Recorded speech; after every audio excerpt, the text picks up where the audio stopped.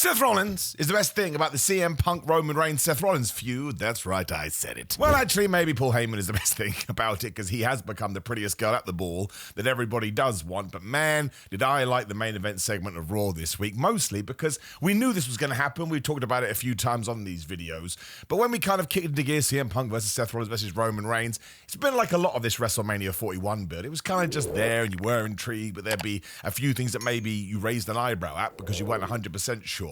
Then we learned what the favor is, and I know it was super simple, but sometimes simple is effective. And then this week, Seth Rollins, who did admit on SmackDown, I ain't getting stressed about this anymore, I'm going to start thinking cerebrally about this, realize, oh my gosh, Paul Heyman has gone to the ring by himself, maybe I can go out there and manipulate him. That is essentially what he did, because Paul Heyman, man, is he walking the tightrope, because he was all like, no, I shall be loyal to Roman Reigns, and I shall be loyal to one CM Punk. You can't get away with that, bro. That ain't gonna happen. I said this on Ups and Downs for What Culture, where you can get my review and recap for Raw. Go subscribe to them, and please do subscribe to me. The bell and the big button are right down there, and I would massively appreciate it. But that is like trying to have a mistress and a wife, or a partner and a husband, whatever it may be, whatever floats your boat, it's all good. You ain't gonna get away with it unless they're also doing the same thing, but Paul Heyman is a boat unto himself, so that doesn't count. It's obviously gonna go bad, especially because now he owes Seth Rollins something as well. I mean, not really. Seth Rollins essentially has a gun to his head, but that's still kind of scary, and nobody wants that, because after he had told Paul Heyman the truth, by the way, he was like, Roman Reigns ran away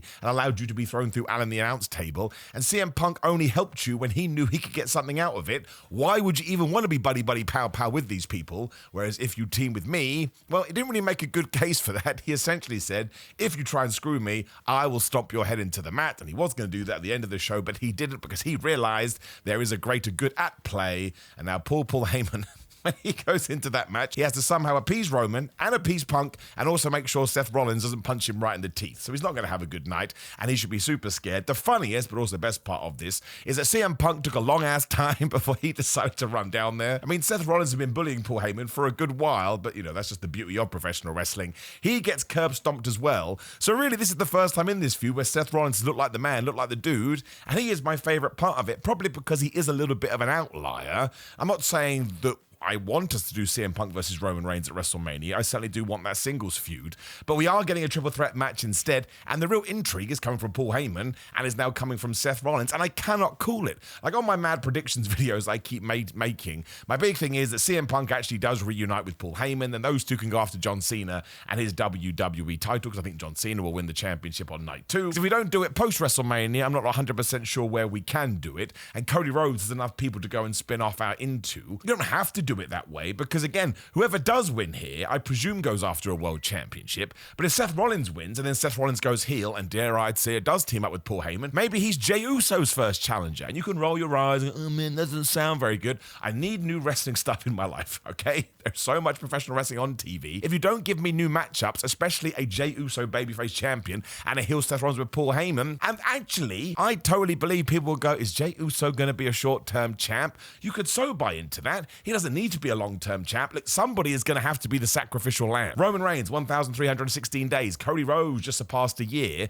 And by the way, he is only one of 10 men to ever do that, so it is an incredible feat. And I don't want Jay Uso to hold it until WrestleMania 42. That's no disrespect to Jay Uso at all. If John Cena wins his belt, I don't want him to hold it to WrestleMania 42. I mean, he won't because he's retiring. But somebody is going to have the short world title reign. Otherwise, it gets laborious and boring, and that's the last thing that I want. But great closing segment. I like the fact that CM Punk was left laying, because you have to make sure each one of these dudes is standing tall, and Roman Reigns is going to be on Raw next week, and he probably needs to have some sort of fling with Paul Heyman where you can go, oh my gosh, they do still love each other, because Roman wasn't very nice to Paul Heyman on SmackDown, which was Seth Rollins' entire point. But this is the character, this is the version of Seth Rollins I think we should really lean into coming out of WrestleMania. Loved all the goofy stuff, all the clothes, and singing along to his theme song. I would throw all of it out. We've done it for long enough. We don't have to keep doing it. And there's an opportunity here, and once again, this character, persona, personality, whatever you want to call it, I think is when Seth Rollins really shines. Now, he had to do all the other stuff to get over all the poor nonsense he was dragged through,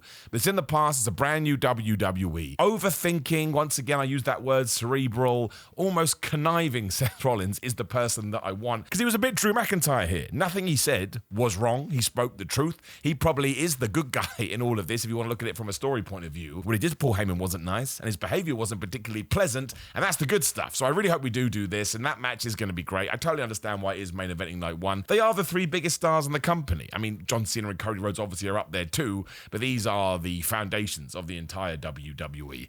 And listen, I like everything with Rhea Ripley, Bianca Belair, and Io Sky, but it's been, let me say, I like the match, I should say. Getting there has been an absolute roller coaster, which we'll get there in a minute. And if Charlotte Flair and Tiffany Stratton was ever going to main event, well, that kind of went off the rails at SmackDown. I am very intrigued to see what we did do. If Jay Uso is going to win, which I believe he will do, that probably could have main evented. But now I'm starting to think we're going to do something big with this, so maybe nobody could follow it. I'll wait and see. I'm happy either way. Somehow WrestleMania is only like, 13 days away or something like that? It's even less, I think. So that's very, very exciting. And of course, I will be out there, so if you do see me, come along and say hello, unless I look really tired.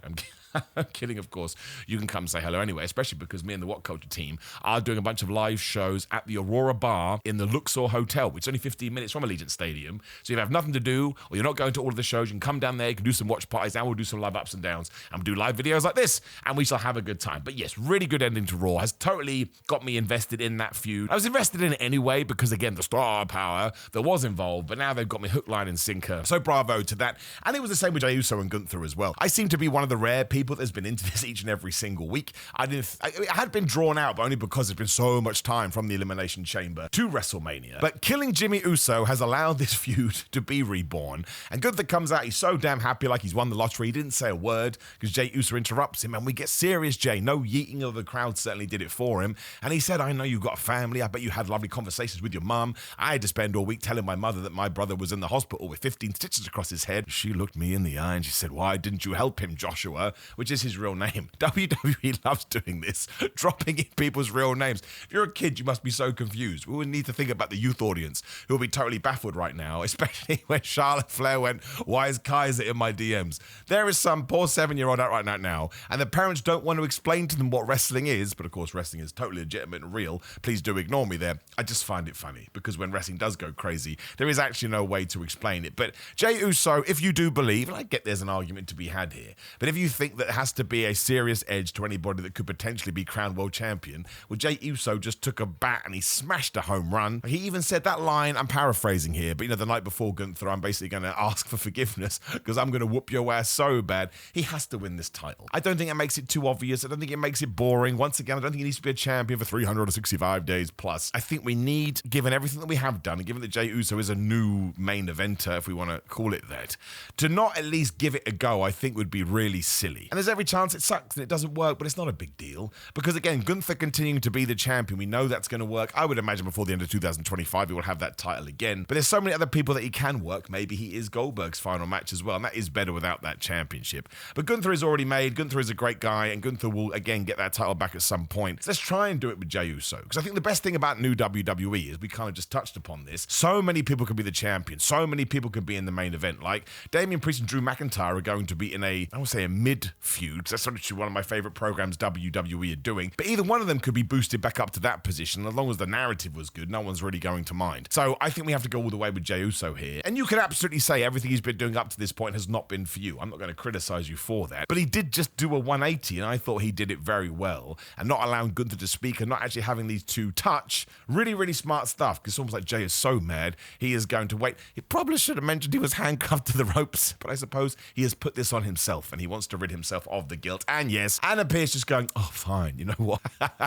We will do Rhea versus Bianca Belair versus Io Sky.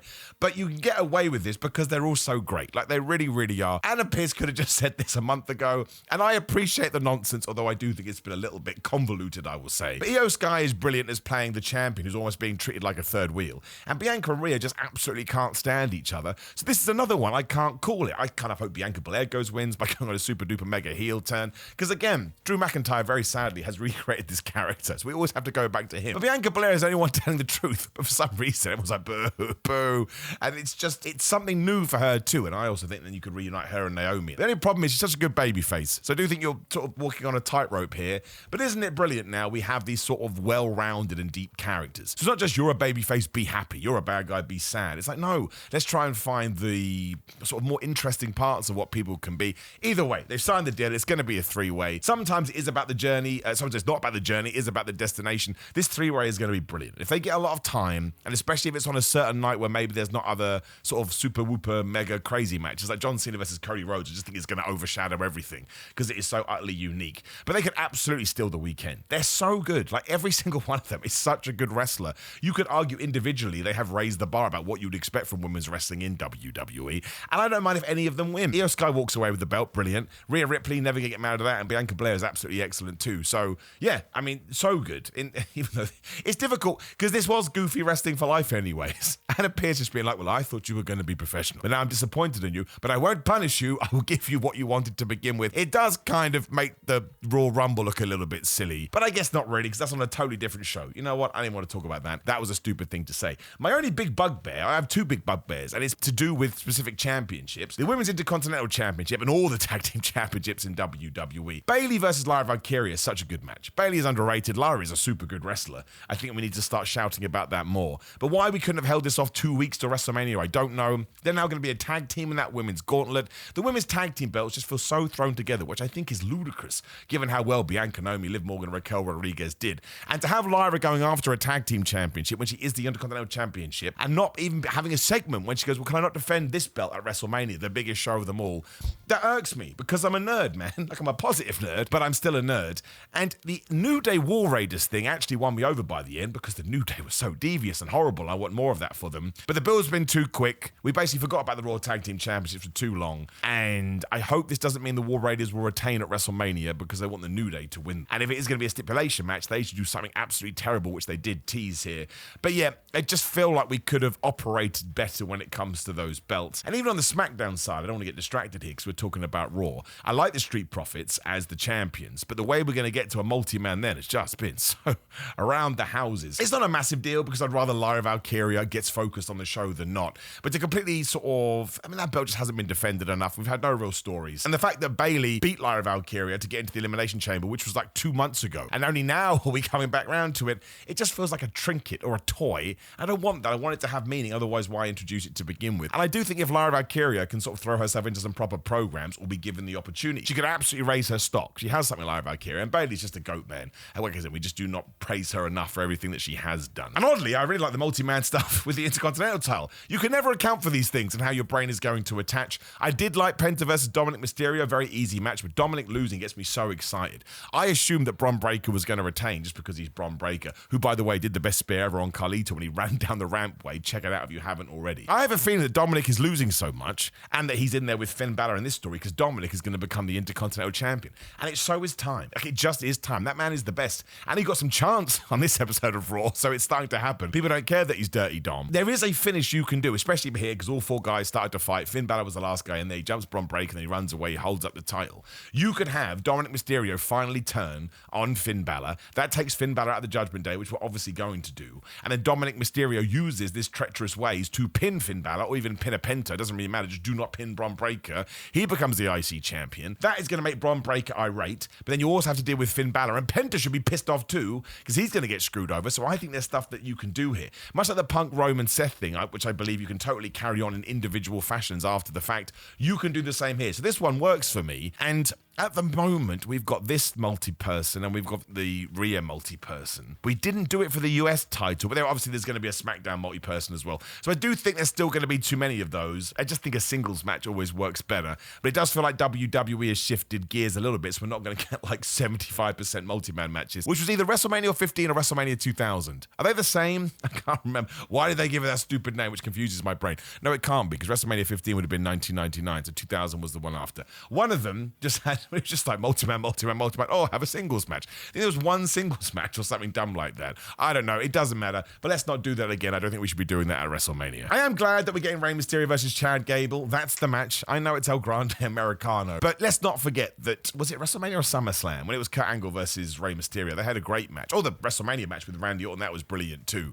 And, you know, not in a bad way. Chad Gable is as close to Kurt Angle as anybody we've ever got. Like, he's probably the top 5 wrestler in the world, Chad Gable. He's that good. And Rey Mysterio is a flipping legend. Rey Mysterio changed the game when it came to pro wrestling. So that is going to be brilliant. The way we've got there is totally nuts with Chad Gable as a luchador. And every time we bring it up, people say, Simon, should anybody be offended by this? Yes, of course they should. It's up to you about what you are and what you were offended by. And other people should sit down with you and have that chat, and then they can make their mind up about how they feel about it too. But don't just take somebody's feelings and throw them out the window. I can't stand it. It's like people are so sensitive. Let people be sensitive. Have a chat with them, for goodness sake. Stop yelling at people. But I do feel like WWE toned it down a little bit, which was probably good, because I watch wrestling to be distracted from the mad world, and that wasn't happening. We were kind of shining a light on it. I did think that video was funny, but actually after the fact was things that people told me. I was like, oh yeah, good point. I can see where you're coming from. So I think this is a better way to do it, and ultimately is giving us Rey Mysterio versus Chad Gable. I know what I just said about the Rhea Ripley match, but this easily could be like a Shawn Michaels or Kurt Angle, or a Kurt Angle or Andy Guerrero, or again a Kurt Angle Rey Mysterio. Any one of those. You go back and watch now and you're like, well, this could happen tomorrow, and nobody would blink an eye. It really could be a match for the ages, and I've kind of lost confidence that WWE is going to put Chad Gable in a prominent spot, because he was there and then he kind of got ripped out of it for some reason. But ultimately, that's not something I have to worry about on the night of WrestleMania. I can just sit back and enjoy it as a fan. And I would just say this, I wouldn't want to go before or after that match. I would want to be as far away from it as possible, because that's how good I think it's going to be, and it was fun. And I guess because we mentioned the New Day tag team stuff as well, what's his name? Tony Hitchcliffe. He was doing commentary. Now, I missed this on Ups and Downs. Apparently, he made a Big E joke. I hope he ran that by Big E, because if not, that guy can go away forever. But I actually thought the commentary on this show, I never talk about this, because usually I just find it's just there. Obviously, there are some people that I think are really good, but it sort of came across during the Lyra and Bayley match. It was just too on your nose, and they don't usually do that. Maybe Pat McAfee does, but he kind of gets away with it because Pat McAfee is over the top. But they were telling you, well, this is a brilliant match, and this is a moment we'll talk about forever. I was like, that's like Vince McMahon commentary. So that was very, very weird. And then when Tony Hitchcliffe joined, I was just like, this is messy, man. And I understand it's just promotion for that roast they're going to do, which also seems like a terrible idea, but just something that I wanted to share. Very, very odd, because 9 times out of 10, I think Joe Tessitore and Wade Barrett do a great job. And so does Michael Cole. Like, Michael Cole's been reborn these last few years or so. But that's probably why it's still like a sore thumb, right? Sometimes when it does go weird, you're like, oh, yeah, man, I don't understand what is going on there. So it was a decent episode of Raw. I think in terms of building WrestleMania and the points that you wanted to hit on, it actually did a really, really good job. And I imagine next week we're going to go absolutely crazy. Obviously, Cody and John Cena weren't on this show, which I didn't actually notice until the show was done. So that must mean WWE was very effective with this. But Cody Rhodes has got to cut that big promo, which he will do. I love Cody Rhodes. And again, just join that crazy lift, which is totally nuts. And you'll probably get the big brawl. You can save the big brawl for either the Rhea stuff or the CM Punk stuff. Either way is fine. And I probably would do it with CM Punk, Roman Reigns, and Seth Rollins, with Paul Heyman getting murked by someone on accident. Probably Roman Reigns, just because that's who he has been aligned with more recently. But going into that thing, Paul Heyman is going to be this big centerpiece, this big planet in the middle of everything as people orbit around him. And I think that's going to be great, because Paul Heyman is awesome and one of the best managers, talkers, creative visionaries, whatever you want to say, of all time. But yes, good Raw. Enjoyed it a lot. I don't think I've forgotten about anything. Sometimes I do, but it didn't stand out enough. So more for that. And we'll see what happens on SmackDown with these women's tag team title stuff. I know I've got to be in my bonnet about it. It just feels so last minute. And I think given the work that especially Liv Morgan has done, that just feels crazy to me. Although she was good on this show. She was stirring the pot between the Judgment Day. And we got the big graphic for the 4-way at WrestleMania. And then they ran the Liv Morgan Judgment Day segment. Do it the other way around. I thought Dominic had just been added by fun at first. I was like, I can't handle that, but it's okay. We went and sorted it out, which was good. We also had the AJ Styles Logan Paul promo, just AJ Styles talking about Logan Paul and Karrion Kross. It's now going to be Karrion Kross versus AJ next week, but Karrion Kross is a man of the people, man. He's like, AJ, you can't lose that guy, because if you lose, we all lose. Ain't that the truth? I cannot have Logan Paul beating AJ Styles. Again, another guy that walked in the door and changed a lot and sort of influenced a lot of what we're seeing today. So I'm scared, friends. I'm really, really scared. There's only one way to find out. We're going to have to watch WrestleMania. Now, of course, please do like the video, share the video, and subscribe, and click that notification bell. All those things are super important, especially the subscriber number.